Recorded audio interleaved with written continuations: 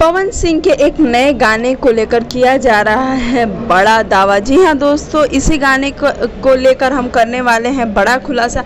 आखिर क्यों इस गाने पे चल रहे हैं इतने बड़े बड़े विवाद? अगर आप पूरा वीडियो देखेंगे तो समझ पाएंगे हम ऐसी बातें क्यों कह रहे हैं, और वीडियो को अंत तक ज़रूर देखें। अगर आप पवन सिंह को सपोर्ट करते हैं तो उनके लिए सपोर्ट के लिए आज हमें खड़ा ही होना पड़ेगा। तो वीडियो को पूरा अंत तक देखें और उनके लिए पलक झपकते भोजपुरी के सारा खबर पहुंच जाई रउआ तक। राउर आपन चैनल भोजपुरी स्टार ट्यूब अगर देखो तानी तो सोची मौत, जाके कर दी सब्सक्राइब, घंटा के आइकन के दू हाली जरूर दबा देव।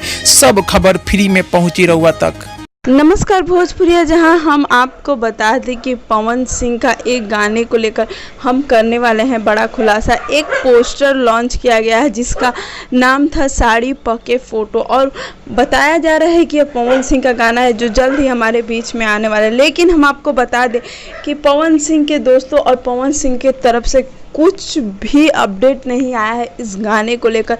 बस यह गाना एक फेक पोस्टर है जो किसी ने बना के लॉन्च कर दिया है और लोगों में गड़बड़ी मचा दी है। लेकिन हम आपको बता दें कि बहुत बड़े बड़े चैनल ने इस वीडियो को बनाया है कि यह गाना जल्द ही हमारे बीच आने वाला है, लेकिन यह सच्चाई नहीं है। यह गाना हमारे बीच नहीं आएगा और ना ही इस गाने को लेकर अभी तक पवन सिंह ने कोई खुलासा किया है। तो आप यह जान लें कि कोई भी कहे कि यह पवन सिंह का गाना है तो हमें नकार देनी है।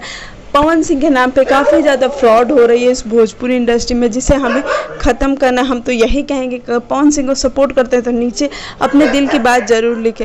उम्मीद करते हैं कि आपको हमारा ये वीडियो अच्छा लगा होगा। अगर हमारा वीडियो अच्छा लगे तो लाइक शेयर कमेंट करना बिल्कुल भी ना भूलें।